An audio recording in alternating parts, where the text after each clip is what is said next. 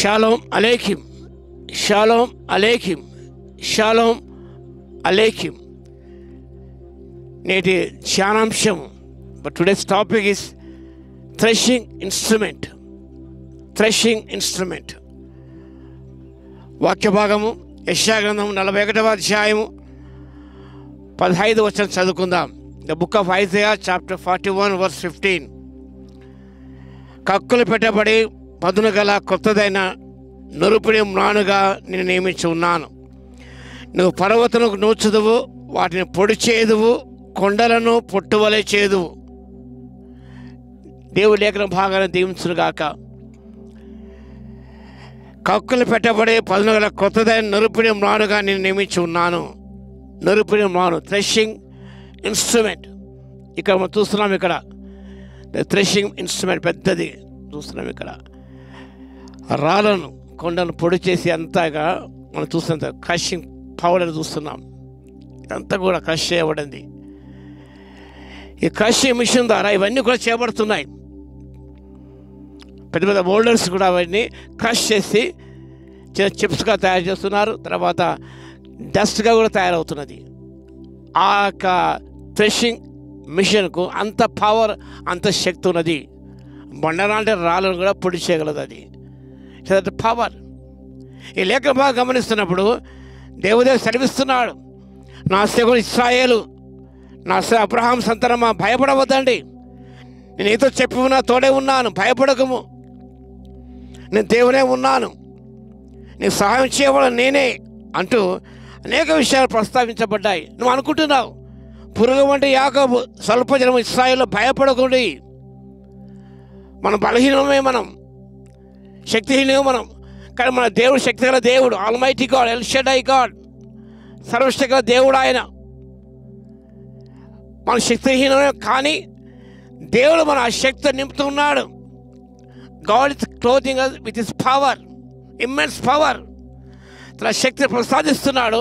ఆ శక్తి ద్వారా మనం కఠినమైన వాటిని కూడా ఎదుర్కోగలం. మనం నీ పర్వతం నూర్చుదు, వాటిని పొడి చేయదు, కొండలను పొట్టువలే చేయదు. నువ్వు వాటిని గాలించగా గాలి వాటిని కొనిపోను, సుడిగాలి వాటిని చెదరగొట్టును. దేవుని శక్తి చేత మనం ఎలాంటి జటిలమైన సమస్యలను కూడా వాటి సునాయాసంగా అవలీలుగా జయించగలం. మనం అవి పొడైపోతాయి. అనగా దేవుని శక్తి ముందు ఏ శక్తి నిలబడలేదు. సాతాను శక్తులను ఓడిపోయాయి. దేవుని సమాన శక్తి సంపన్నుడు ఆయన, గొప్ప దేవుడు ఆయన. కాబట్టి ఆ శక్తి మనకి ఇస్తాడు. మన బలహీనము బలము లేని వారం మనం. కానీ ఆనాడు దేవుడు పుస్తకం సెలవిచ్చాడు, యేసయ్య, నీ యొక్క బలహీనత శక్తి పరిపూర్ణం అవుతుంది. బలహీనకు శక్తి ఇచ్చేవాడు ఆయనే, శక్తిహీన శక్తిని ఇచ్చేవాడు ఆయనే. కాబట్టి యేసు ప్రభు మన శక్తిని ఇస్తాడు. ఎందుకనగా ఈలోక ఆయన మహిమ కూడా జీవించాలి, అనేక వాడు ఎదుర్కోవాలి. ఇస్రాయేల్ జనాంగము అనేక మంది శత్రులు ఎదుర్కోవాలి, జయించాలి, కఠిన వాటిని జయించాలి వారు. కాబట్టి వాళ్ళు బలహీనులే, కానీ దేవుడు వారికి అనంతమైన శక్తిని ప్రసాదిస్తున్నాడు. భయపడవద్దా, నువ్వు పురుగు వంటి వాడవే, కానీ కొండలను కూడా పొడి చేసి ఆ శక్తిని ప్రసాదిస్తాను. I will close with my power. నా శక్తి నీలో ఉంటే ఏదో చేయగలవు, నువ్వు క్రష్ చేయగలవు, నువ్వు అణచివేయగలవు, తొక్కివేయగలవు, వాడి పొడి చేయగలవు, నుడి చేయగలవు. ఎందుకనగా ఏ శక్తి కూడా నా శక్తి ముందు నిలబడలేదని యేసయ్య అంటున్నాడు. అంత గొప్ప దేవుడు యేసుక్రీస్తు ప్రభు, అసమాన శక్తి సంపన్నుడు ఆయన. కాబట్టి ఆయన బిడ్డలు మనము కూడా ఆ శక్తి పొందుకొని, దేని వాక్యం సెలవిస్తున్నది, యెహోవా ఎదురు చూసేవారు నూతన బలం పొందుతున్నది. దేని వాక్యం సెలవిస్తున్నది, శక్తిహీన శక్తి ఆయనే. మన జీవిత యాత్ర సమస్యలు పడిపోతాం, కొన్నిసార్లు భయపడతాం మనం. కాబట్టి అంటున్నాడు, మన శక్తిహీనమైన కూడా దేవుని శక్తి ఇచ్చే దేవుడే ఉన్నాడు. ఆయన శక్తి పొందుకొని మనం ఈ లోకం ముందుకు సాగిపోవాలి. వాగ్దానం ఇచ్చాడు ఆయన, నేను కొండలను పొడి చేస్తావన్నాడు. కాబట్టి తప్పకుండా దేవుడు శక్తి మనకి ఇస్తాడు. మన శక్తి మించి ప్రయాణించవలసినది. ఎన్నో కార్యాలు చేయాలి, ఎన్నో అవరోధాలు ఎదురవుతాయి, ఎన్నో బండలాంటి సమస్యలు ఎదురవుతాయి. కానీ వాటి మనం పొడి చేయగలం, మనం దాడిపోగలం, మనం అవి ఏమి చేయగలం. కాబట్టి మన ప్రభు వైపు చూస్తూ ఆ శక్తి పొందుకొని ఈ లోకంలో ముందుకు సాగిపోదాం. దేవుడు ఆ శక్తి మనకి ఇస్తారు. ప్రార్థన చేసుకుందాం, తల వంచి ప్రార్థన చేసుకుందాం. దేవుని యొక్క శక్తి కొరకు ప్రార్థన చేసుకుందాం. దేవుని శక్తితో నింపి నేను బలమైన సాధనగా వాడుకుంటాడు.